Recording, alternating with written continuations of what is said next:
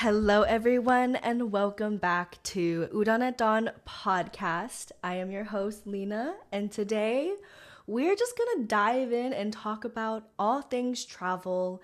And yeah, that's the game plan. Also, this is a solo podcast today. I don't have any friends with me. Oh, wait, that sounds so sad.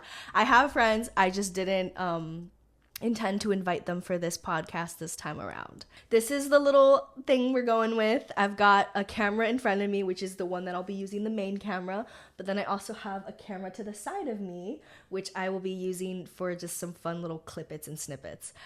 Anyways, because all angles, we love all angles. I'm kind of scared to see what the footage looks like on this side. But anyways, welcome, and without further ado, let's hit that intro.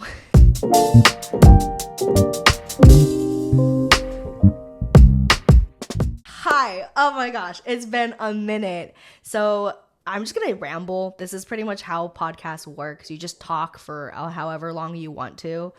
What I will say is I am getting over a sickness. I'm getting over the cold or the flu. I think it was a cold, to be honest.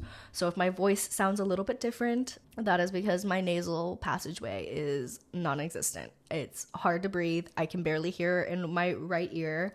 So if I'm yelling, I'm so sorry. I'll fix the audio. If I have to cough, I will edit that out. But anyways, let's get into this. So traveling. I have had a very fortunate life. I have traveled quite a lot throughout my life. And with that being said, I have definitely learned the pros, the cons, the ins and outs of traveling, and have done some funny mistakes growing up, which I will definitely tell you guys. But let's get into it. So when I was little, I'm gonna do some little story times, and then I'll talk more about like pros and cons, and we'll just kind of just talk. We're just talking. Today's a talking. I hope you guys are enjoying. I hope you guys are gonna get some popcorn, some snacks, or you can do your homework and just listen to Lena ramble because I don't know, maybe you like that. I don't know. I'm gonna tell you a story when I was younger. It's probably gonna be a very quick story, but when I was really young, I don't, like a kid, right? I I did the mistake. I don't know what it is, but I'm a kid, I just packed anything. And this time my parents didn't check my luggage. They didn't care to check it. And so when we're going through TSA, I'm all like, yay, we did it. Da-da-da-da. And so when we go through TSA and it goes through the conveyor belt and it gets to the other side, the TSA employee comes up to my parents and is like, whose bag is this? And back then it was kind of a little bit like, it wasn't like they had stations. It was very different back then, I would say. It's definitely evolved from what it was then versus now. But they have always had this strict rule of no scissors, no sharp objects, 3.0 fluid ounces are the max fluids you can have, like for body wash, hair conditioning, all that stuff, toothpaste. And so I had in my bag, I had a pair of scissors. Now the artist in me, okay, I'm thinking back to this and I'm like, the artist in me probably wanted to do some crafting on the airplane, right? Like, doing some little cutting and like, who knows? But I had scissors in my suitcase and my mom was livid. She was shocked. I can't remember my dad's expression, but I'm pretty sure he was not as happy either. So I had scissors in my backpack, and basically they, were like, I gotta take these. And those were my favorite scissors. Those were like, the kid scissors, the ones that, like little tiny ones that you get to carry or whatever for school. So anyways, I learned my lesson. I get the joke here and there, like, Lena, don't bring any scissors, don't bring any sharp objects. By the way, I've never brought any sharp objects since because I understood. I was a kid and I wanted to be crafty on the airplane, but I didn't think it was I'm a child. I thought it was harmless, but then again, now my mom knows when I was younger and like moving forward from that, she learned to check my bag, make sure that, I didn't have any scissors. That's a very quick and short story. So anyways, but I will say it was traumatizing because getting reprimanded of any sort of way, like with the system, with like police, with TSA, especially TSA. I don't know what it is, but I think I have like PTSD or something from like just TSA or whatever. But, you know, they are very intense and kind of, have a very stern face. And I get it. I totally get it. Definitely gives me the nerve, like my nerves go up. So speaking of TSA, let's talk about TSA, because personally, I've met some people that are very chill about traveling and they don't mind going through TSA. But for me, for some reason, I get palms sweaty, sweat dripping down my face because I am so stressed and I'm not doing anything. Done no crimes. I'm literally have just done nothing but just traveling. I get my laptop, I get my tablet out, and I'm like ready to go. I take off my jacket, I take off my shoes, like I'm prepared. But for some reason, going through TSA has been so stressed. It's like one of the things that I hate doing because it's like, I don't know why, I just get so stressed. And that is a problem. But, that's for a later time. But I just get really stressed for no reason. And I don't know why, but like certain countries and certain places that I have traveled through, like, for example, in the US, when you travel from one place to another, you have to take off your jacket, you have to take off your shoes, you have to open your bag and get the laptop, the iPads, the tablets, whatever. And you have to also, if you have any liquids, you got to pull those out. What I've understood is that that's only like kind of the US. Then when you go from the US to Australia, and when you do TSA in Australia, you don't have to take out anything, and you don't have to take off your jacket, and you don't have to take off your shoes, which I think is really nice. But then I'm also just as confused as to why we have to take it. Like, I don't know if our systems here in like the US and the TSA system and like the softwares are like not up to date, or they just want to make people's lives more difficult. I don't know. And a whole thing about like TSA pre-check. Oh, let me talk about that for a second. Apparently, when you're TSA pre-check, you don't have to take off anything. You don't have to take out anything. So is it worth it? I don't know. I've never really thought about TSA pre-check, even though I've traveled so much. I remember getting TSA pre-check when I was younger. Like, they would just give it to you. But I'm a little kind of like, I don't know. I think it's I don't know. I mean, I guess there's pros and cons to it, but it's just interesting that in order to make, I would think you want to make it as efficient as possible going through TSA. And like, I've gotten stopped for the most random things. Speaking of scissors and all of that, one time when I was going to, I don't even remember where I was going, but I was in TSA in my suitcase. The guy took it, said, "Who is it?" And I was like, "It's me." Like, again, nervous. "It's me." Shaking and like trembling. That's my bag. But he's like, "Okay, well, you've got something in here that's brown." And I'm like, okay. I'm like thinking, what did I put in my bag? Because again, I know what I carry in my bag. And I'm like, what's brown?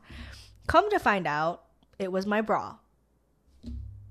It was a bra. And he was just like, "Okay, you're good." And I'm like, I don't know if it was a pervy thing. I don't know if you've seen South Park and you've seen like some of the videos or the clips where they do like traveling and stuff. I don't know why it reminds me of that. But like I feel like, again, some people have jobs that they enjoy. Some people have jobs that they don't enjoy. And I feel like with some people in TSA, I feel like they like with you, I don't know. They like to mess with you. And so I'm just like, or maybe he wanted to see that, my bra. I don't know.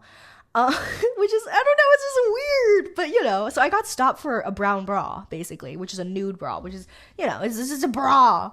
There's nothing else into it. So I was just really shocked. I was like, okay. So anyways, TSA is stressful. I feel like it's very stressful for me. Side note, I'm going to give you kind of like a layout of how I travel by myself. Okay. And we're going to segue into talking about traveling alone, because I think that's good to talk about.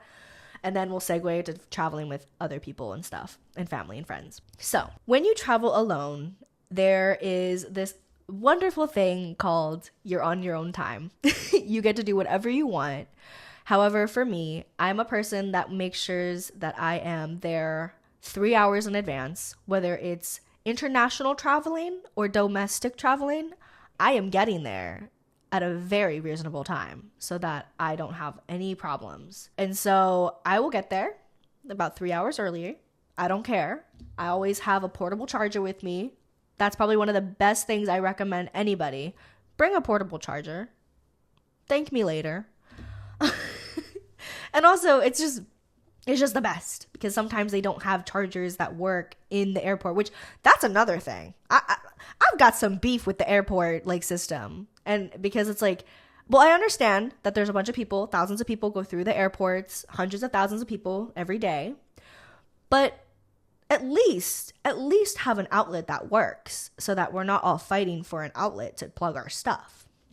But anyways, so I go in, I check in, I get my ticket, I go through TSA, stressed. Then after TSA, and I've passed all the things, I fix my bag, and then I head to my gate. I don't care, even though it's 3 hours to 2 hours already in, I'm gonna wait at the gate. Because here's what happens is sometimes gate changes happen, and the worst thing that could happen is when you're here, okay, and your gate moves because, something happens and the plane couldn't get to here, so they had to go somewhere else. And so then you're sitting here and your gate has moved all the way, traveling all the way here. So basically, I have to make sure I have plenty of time to go down to this gate. And it's very stressful. Now, connecting flights is even more stressful. So when you go from one plane to another within a certain time frame, that's stressful. Because I remember doing that. I think it was LA. Was it LA? I think so. But anyways, those airports are so big and so long. And you'll have gate 50 over here and then gate 60 down here. Like, it's crazy. So I get very stressed when traveling. That's needless to say. But especially when you have you have to go and get to another flight after landing. That's very stressful. Seeing people get very stressed, and I'm very stressed, but you just have to go with the flow. I'm learning that more and more now. That's my tattoo that I got. But anyways, and then I get to my destination and I'm free and I'm happy. And I think just reality, and the biggest thing for me is TSA. I've done no crimes, but I'm just stressed as but I'm done nothing. So anyways, that's me traveling by myself kind of scenario. It's very easy. Plus, it's very chill. I feel like when you travel alone, so let's get into that. When you travel alone, there's definitely pros. One of the pros is you are on your own time. You don't have to rush. You can do whatever you want. You don't have to basically make sure that everyone else is doing okay. You get to just take care of yourself and do what you want to do when you get to the airport. So some people might want to lollygag and go to like a restaurant or go to the shops there, which, by the way, I don't know who will be shopping at the airport besides getting some snacks. I get it. But like the airport in general is so expensive. Like just going to get Starbucks I feel like is not necessarily the same price, but maybe it is. I don't know. But it just feels more expensive. And maybe that's just because it sounds more luxurious. I remember a time back in the good old days when traveling used to be like a very fancy thing where people would dress up to, I think that was like a whole topic where people would dress up to go fly and travel because, back then it was like a luxury. It was, what's the other word? It was just something that was very new and not a lot of people back then were able to do it. And so people would wear really fancy clothes. Nowadays, if I'm being honest, I'm going to be wearing a sweatshirt and sweatpants because one, comfortability is everything. If you're flying a 11-hour to 10-hour trip, I'm not going to sit in fancy clothes. And maybe that might shake some older people's, timbers, but sorry I said it like that. But like, it's not comfortable. And I understand that back then. I mean, back then people wore corsets and they would squeeze to the point where your lungs can't expand properly, and then you have a hard time breathing because your lungs can't do their job. So I'd rather be comfortable. And I know, it's again, it's like coming back to the day and age where you're like learning about this. But anyways, traveling alone, you kind of like see some people that dress up, some people that don't, but most people nowadays are wearing baggy sweats. And honestly, good for you. I'm doing it. I don't care. I don't care if you dress up. Good for you. But I'm just saying, for me specifically, I'm not dressing up. So that was just a huge tangent. Whoa. Anyways, so the negatives to traveling alone is, one, the biggest thing is you're alone. Two, if you go to the bathroom, you have to take all your stuff with you. Because personally, not everyone is a thief, and not everyone you cannot trust. What? You can trust, or you can or can't trust. It just depends on you. But I would never leave my stuff unattended, because it also says it in the intercom at airports. It's like, if you leave your bags unattended, security will come and check it. Like, and make sure, because, they could think it's a bomb threat. They could think, like, why would this person just leave their stuff unattended?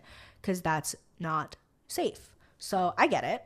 But anyways, so leaving your stuff, you have to take it with you. You basically are alone, so you can't really, you're kind of isolating yourself.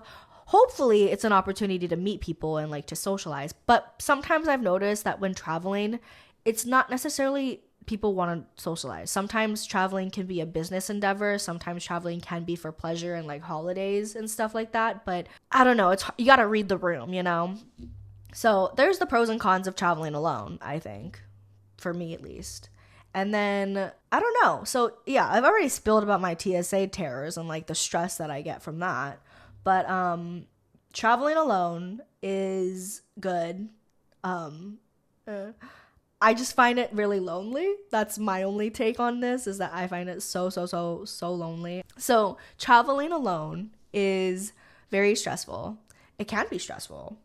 But, that just depends on how you take it. Now, traveling with people is, it's the best. Partly it's the best. The reason being is when you travel with family or friends, so let's just base it on family first, because honestly it's the same. But when you're traveling with, well, actually it's not the same. When you're traveling with family, you have your mother, your parents, whoever's the oldest really kind of takes care of everything. So usually my mom is the big travel guru. She's knows the ins and outs and everything. And so she has our passports, has all the stuff, gets all of us checked in, where we go as a family, and it's very smooth sailing. Honestly, I feel like when you're with your parents, everything seems to be very smooth, all of that jazz. And the only thing is, you have to go on someone else's time. You have to basically be like, oh, I want to do something, but like, or for example, I want to get food, and someone doesn't want to get food. But because one person wants to get food, then everyone has to jump in and get food, or like be in that area. Or when you're younger. When you're older, it's kind of different, obviously. But I'm talking on a basis of when I was young. Because obviously, your parents aren't going to want you to go to your gate by yourself at a young age. But as I've gotten older, of course. Yeah, go to your gate, whatever. So traveling together, the pros are you have someone to talk to, you have an extra person to help you if you feel stressed. The pro is you can leave them with your baggage. No pun intended, but you can leave with your stuff, and then you can go to the bathroom, and vice versa. The only cons would be you would have to, you're with someone, which means you have to make sure that they're comfortable, and you have to check in with them, and that's just reasonable. But you gotta be self-aware of the situation, and it's not just yourself. Yeah, you have to accommodate would be the key word. You have to accommodate for everyone's needs and wants, basically, when you travel. Let's talk about the aircraft, the airplane, because when growing up, wait, did I even say it? I think I did. I don't remember if I did. Whatever. If I did it or didn't, I don't remember. Let me say, I think this is so, it's so interesting to see, because back in the day, when traveling on an airplane and like talking about like seat arrangements, so in an airplane, if I can pull a picture, probably we'll put it right here. But in an aircraft, fancy, in an airplane, in an aircraft. So basically you have seats. In the front of the plane is the pilots, that's where they're driving. Then in the second to front would be business class. Then when you move further back, it starts to become economy and all of that jazz. Growing up, I used to only do economy flying, which is understandable. I mean, my parents had 3 kids, which ultimately added up to 5 people together. So we were economy kids, and I'm here for it because honestly, that's fine. I didn't know anything else. So economy it was. But luckily for me, being 5'1" and sitting in economy, it doesn't bother me because leg space I had plenty of. But as I've gotten older and I've dabbled in going into first class in business, I've definitely seen the pros and cons of that. Now, talking about seat arrangements, so you have the aisle seats, you have the middle seat, and then you have the window seat. Those are like the 3 main seats that you can choose from. And a lot of people fear, oh my goodness, I forgot to add that to the roster. When you're traveling alone, you have a possibility of sitting with someone that you may not want to sit next to. 1, because they may not have good hygiene, or 2, they may be bigger and they might need more room. And 3, what's the third thing? I don't know, but like it just doing that alone, that sucks. I'm just gonna say, but there is a slim chance that if my rom-com books have taught me anything, because again they're rom-coms, that the slim chance of a hot guy sitting next to you could possibly be possible. And that's my take on that. But anyway, so you have those 3 options. You've got the window, the middle, and the aisle. Back in the day, of course, children, they want the window seat because you get to look out the window and you get to see, the sky and the world and the sea and the land and everything. You get to be on you get to look out the window, which any kid would want. Back then, I used to say, I want the window seat. As I've gotten older, I have learned that the aisle seat isn't as bad as you might think it is. Now, I will say, sitting in the aisle seat, you will get bumped by people, but that depends on where you are in the aircraft. Now, the reason I say that is because if you're close to the toilets, you're 100% going to get bumped.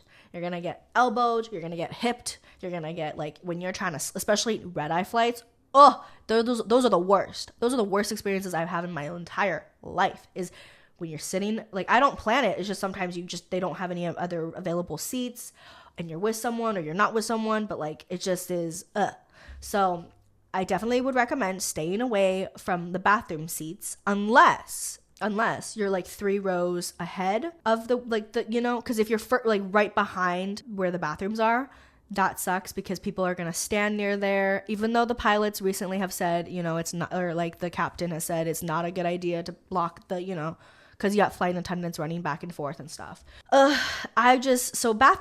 in the bathroom area too, not so great. But it's good. There's the pro of the fact that you're right close to the bathroom, so you can get up whenever you want.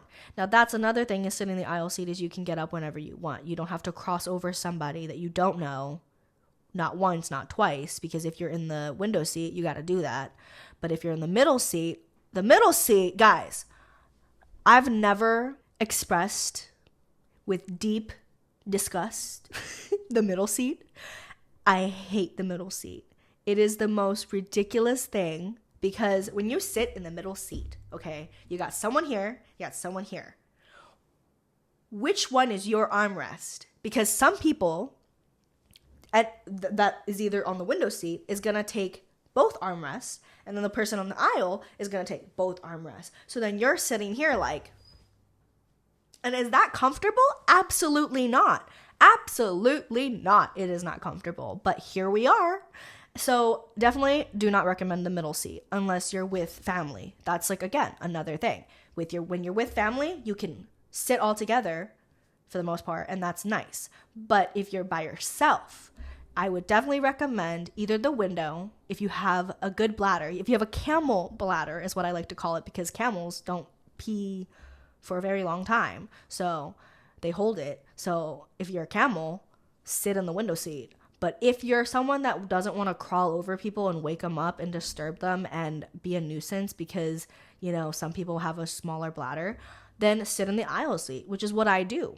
Yes, I do get bumps here and there, but I've learned over the years, one of the best things is bring a sunglasses, make sure you have a hoodie so that you can put a hoodie or a hat, put it over your head. And luckily for me, because I like oversized stuff, the hoodie goes like over my, it goes over my eyeballs. So then it's just dark and it's just nice. So definitely do that. Another thing that I would definitely recommend is noise canceling headphones. 10 out of 10 would recommend. One, it noise cancels babies crying. It noise cancels the loud engines from the airplane going, you know, like the constant noise. And then when you get down, when you land and you get out of the aircraft, you're yelling. You're like, hello, because you can't hear yourself because it was so loud up above that when you finally get down to altitude and like are back to normal, you're like screaming because your ears are plugged or clogged. So those are a couple things that I definitely recommend. Do what you want, do what you will. But I've definitely like learned, because I've sat in every single seat in that regards, in like economy especially. I've learned the ins and outs of that. Talking about business class, I have done it a couple of times, and what I will say is, and I've been fortunate enough, thankfully, you know, we've got some good old miles, you know, woohoo! Definitely think about getting miles because that'll definitely save you money. But yeah, first class business, love it. Great. People are so nice. It's truly an experience. If you can do it, afford to do it, experience it at least once in your life, definitely do it, because I don't know. Well, I don't know. Actually, I might take that back, because thing is, once you do it, you don't want to go back to an economy, because with the pros of going to business class or first class is basically you get to have a specific line for you to check in. They take your bags. If you have a check bag, they put it with a little note that says priority. So that bag, when you get to your destination, gets off first before anyone else's bags. And then you get to leave. You move faster, if you will, in the line of certain things like baggage claim, getting on the airplane first. Definitely, you know, don't get frustrated, because traveling, it can be stressful, especially if you're a new traveler or if you're not a confident traveler. It can be 110%. It can be very stressful, just, you know, overall. So that's pretty much traveling, I would say. I mean, I definitely have some pros and cons to it. I definitely think, the whole idea of like standing up after the aircraft has landed, like people doing it like immediately. I mean, I'm one of those people. And it's like I've seen the videos where it's like, where are they even going? Why are they getting up? Like, just chill. But it's like, if you're sitting for 10 hours, of course you're going to want to stand. I mean, you know, I get it. But then also, the aircraft isn't going to leave you. There is some kind of like non-explained things that happen when you go on an airplane, especially when you're leaving an aircraft, is obviously you start from the beginning and end. You let people go through, you know, through their seats, numbers, and then you just kind of make your way. It's been kind of like one of those things, like when I was in Canada and you go up the escalator, everyone moves to the right. So that way, if anyone's in a rush or anyone needs to move and wants to walk up the escalator, which, you know, what's the point? But hey, you know, to that's their own. It's just that's the word. It's an unspoken thing that happens. You just move to the right or the left. I can't remember, but one of those, and you let people walk up and do whatever. So that way, you know, also I think part of it too is if it's an emergency and like there's ambulance and stuff, people can like, you know, they can rush up. So it's just an unspoken thing where you kind of like, you know, merge slowly and let people go. Like it's like cars driving and merging in. It's an unspoken thing. There's an unspoken rules here and there, which I feel like I wish there were spoken so that people would know when they travel. So you're not just like the one person that's sitting, you know, on the escalator on the left side instead of the right side where you mean hello, everyone, you know. I think it also was in Japan too, but I think they did it the other way. So it's just, again, it's just an unspoken thing. It's also, I think, just a courteous thing. I don't think it's, I don't know. I just think certain countries since I've traveled so much, I think certain countries definitely have different respects for different people, especially their people. And I think it's really nice to see that, because you know, you don't see it every day. That's kind of sad, but you don't.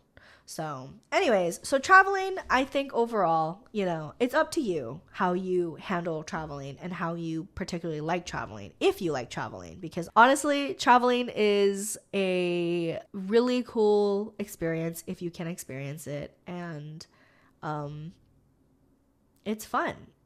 Although I will say I've definitely become more of a homebody. I do like coming home and like getting back to the roots. Like being home right now has been really nice, except for the part where it's spring break for my sister and she's sick-ish and I'm sick. Like I was on my deathbed the other day. I was like bleh.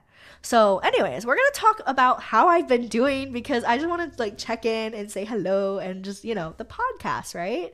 So I have been trying to think of ways to make videos that are cinematic. I'm also trying to think about health and surfing and like getting back into shape, because right now I'm feeling a little pudgy and I'm not happy about it, but that's okay. We digress. We move on. We're gonna do better.